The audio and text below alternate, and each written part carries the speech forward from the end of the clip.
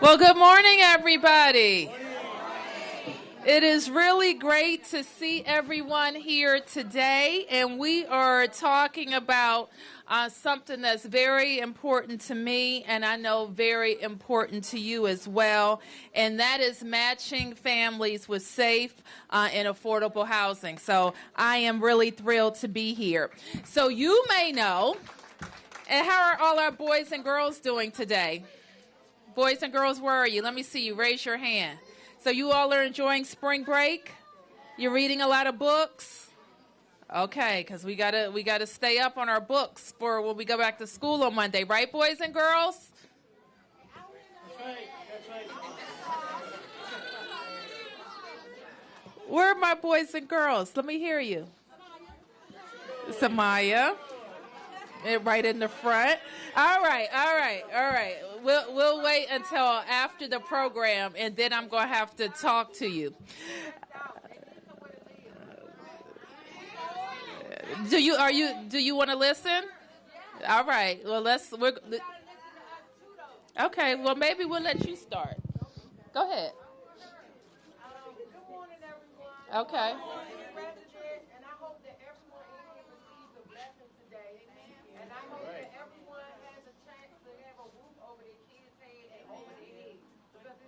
Is a struggle. So we've been applying for apartments and we've been getting turned down because of credit checks, because of struggles that we've had to have as women and income. The incomes are too high in the city. And when we finish this rapidly housing program, we want to be able to stay in our apartments so that we don't have to go through this ugly process again.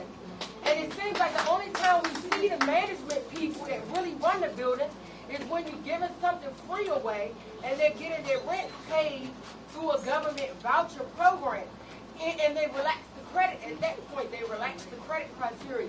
But other than that, it's like we can't get an apartment. So I just wanted to say that because it's on my heart. I pay taxes here in the city. I've been trying to get an apartment. I'm in school. I grew up here all my life. Never before have I seen such ridiculous rent prices for small bedrooms for mothers who are trying to work for the city, continue to be residents. We're not just transient people that come into the city to be here for 6 months. We're generations here in this city. It ought to be some type of long-term affordable housing for people, for this country, for the backs that we have built the country up on, to see us out here still struggling as young adults, as older adults, with children. It's a shame that we've come this far, 400 years in America, and this is where we are. So I wanted to say that, and I hope that you take that to heart.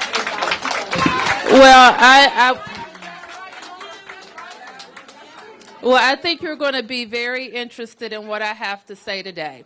In everything that I have to say today, because it involves what we have to do as a government, but it also involves what we have to do as families in the District of Columbia so that everybody is working together. The government is doing its part, you're doing your part, our boys and girls are doing their part, and that way we know that the investments that we're making can really bear fruit.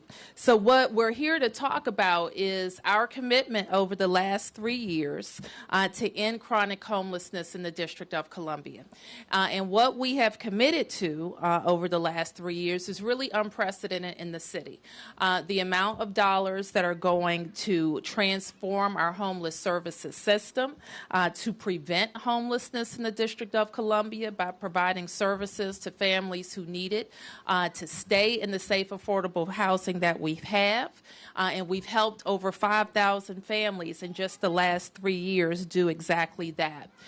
We also have a strategic plan that we've never had before in the last 3 years, where not only the government has come together, but nonprofit providers have come together, our service providers have come together that work with families each and every day, so that we're looking at the entirety of need across our city and developing a plan that every year that we are going to be able to say that we are bringing down down the numbers of people who need help and helping people who are in our system move through our system more quickly. We have also made significant changes to our emergency shelter system. We will close DC General and open smaller, more dignified housing facilities in every ward across the city. We'll have half of those done in this fall, and the remainder in months following that. And we're very proud of the work that we've done there. This year, we've made another investment with my budget that I sent to the council.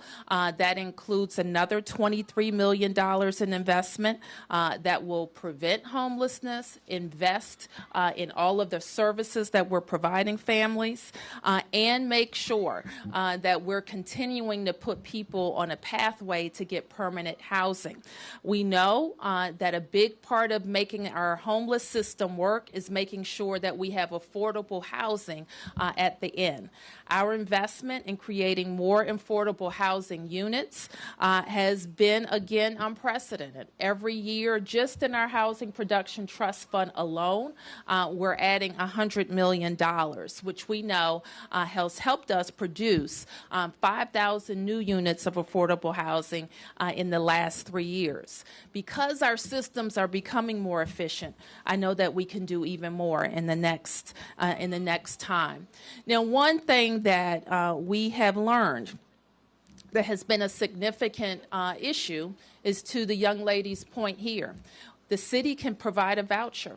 And we won't be able, our residents, won't be able to go and find a landlord that will accept your voucher for many reasons. And some being that landlords have lost confidence in the government making sure that it will be there, or that they have lost confidence in their ability to keep collecting rent and make sure that they're not harmed in the process. So in the last year, we created another program, the Landlord Partnership Fund. And so the Landlord Partnership Fund will say to a landlord, if you work with us and you experience a loss through the non-payment of rent or damages to your apartment, landlords face these risks with everybody, then this fund will be there if you are working with one of our residents who has a voucher. That will help you mitigate your risk. We also have improved the way that we pay landlords and the structure, enhanced case management services available to all of our residents, and we have created a new landlord portal that helps landlords resolve payment and other program-related issues. We have created also a new flexible rent subsidy pilot program that targets families who are at risk. And so today we're here to talk about one such new public-private partnership. One thing that we were very proud of over the holidays, you may have seen that 400 families were matched to new housing over the holidays. And part of the reason why 400 people could be matched between November, December, and January was that new property owners came forward and said, we want to participate with you, Washington, D.C., in getting families home for the holidays. And so today I want to personally thank Tom Gallagher and his team at ENG for answering the call to be yet another property owner who's working with us. And by working with us to help provide housing for those who need it the most, Tom and his team are helping to change entire communities in D.C. So ENG has already committed 575 units to their partnership with the district, and we are grateful for every single unit. And by the end of today, more than 60 families and individuals, people who did not have a place to call home yesterday, will be able to receive a key to their new apartment. And so that is the type of partnership we will continue to explore, how we get more property owners to participate with us, which gives us more opportunities for our residents to have safe and affordable housing. So now let me turn to Tom. Thank you, Tom. Morning, everybody. Thank you all for being here. My name is Tom Gallagher. I'm a principal at the ENG Group. I'm really pleased to be the host of this event and to welcome the mayor to Ward 7 and also to our community. Before I say more, I want to introduce one of our really important partners, Kirsten Williams, who is the Legislative Director for D.C. Affairs from the Apartment Owners Building Office, AOBA, in the Washington, D.C. Kirsten, please come up. Good morning, everybody. We are certainly excited to be here. As Tom noted, I'm Kirsten Williams. I'm with the Apartment and Office Building Association, and we represent more than 67,000 units of multi-housing space in the District of Columbia. And we could not be prouder to be present as E&G is one of our members. We have certainly been a partner to Mayor Bowser in the District of Columbia's housing initiatives, and we want to make that call to action to our members to continue that. We know the importance of what that partnership does, and we know that through the Interagency Council on Homelessness, through our partner agencies, the District Department of Housing and Community Development and Department of Human Services, we can find additional units to serve you all. So we want to applaud the district for how they are thinking critically to enhance some of the barriers that we face, and today is a prime example of what that collaboration and partnership can do, and we are certainly excited to continue to see the efforts of what that can do. I think Mayor Bowser noted it in her State of the District speech, and she just said today about the continued efforts all of us are doing to ensure that you have a place to call home, and that's what's most important to us as an association who truly serves you and serves the district. Thank you. Thank you, Kristen, very much. It was an ambitious goal to coordinate tours, communicate with many case managers, schedule inspections, and have E&G properties ready to lease 72 units across 13 of our locations out of this event today. I want to thank particularly LaShawn Lawson, who's here, I think, for Interagency Council on Homelessness, Daryl Cassidy and Thomas Bird from DHS, Ron McCoy and Shell Robinson are here from the Housing Authority. My own wonderful Resident Services Director, Kevin Butler. Where's Kevin, who runs our Resident Services? This team together has put together this event today, and we're really delighted to be here, and thank you all very much. Under the Mayor's leadership, the Council for Homelessness has been really working on the goal to end homelessness in the city, and we're really proud to be a part of that effort every day at every one of our properties. We have 30 locations across the district, and this is our largest, but not our only. I want to say a little bit about E&G Group and also Turnaround Inc., which is our affiliated nonprofit workforce empowerment program. We manage 30 communities with about 3,000 units throughout the metropolitan area. We're active and enthusiastic partners in the Mayor's programs to end homelessness in the district. It's a personal goal for me. Today we're meeting at Meadow Green Courts. This is a very unusual opportunity for preservation. We're dedicated to obtaining affordability for our existing residents and in this larger community of Ward 7. We have a comprehensive development agreement with the current residents that assures long-term affordability for them, both in the existing units we have now, in new units we're building, some for sale, but mostly for rental. Our first phase for 60 units is under construction. We'll deliver this fall, thanks to funding from Polly Donaldson, who is also here, the Housing Production Trust Fund, and financing also from the D.C. Housing Finance Agency. We're grateful to all those partnerships for what we're able to do. We'll continue those relationships and secure financing for another, we hope to be another 800 or more units in this property over the next 8 or so years. The space we're in today, we actually share with Turnaround Inc., which is our nonprofit, and our executive director, Gabby Caesar McBride, is in the back. Turnaround Inc. is a not-for-profit workforce empowerment program that furthers our goal of bridging the gap between homelessness and self-sufficiency. We currently have 6 employees. We're earning market rate wages, doing property management work in our communities here. They're learning skills to better advance themselves to complete self-sufficiency. Our workers are all either formerly homeless or at risk of homeless. Some are veterans, 2 are women.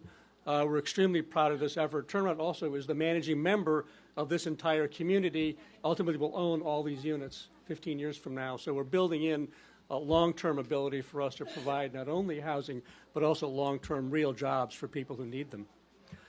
With that very brief welcome, I want to turn the podium over to our mayor again, but also to Juanita Kenny, who I think is here to get the keys to her unit. Where's, yes? What? There we are. Great, great.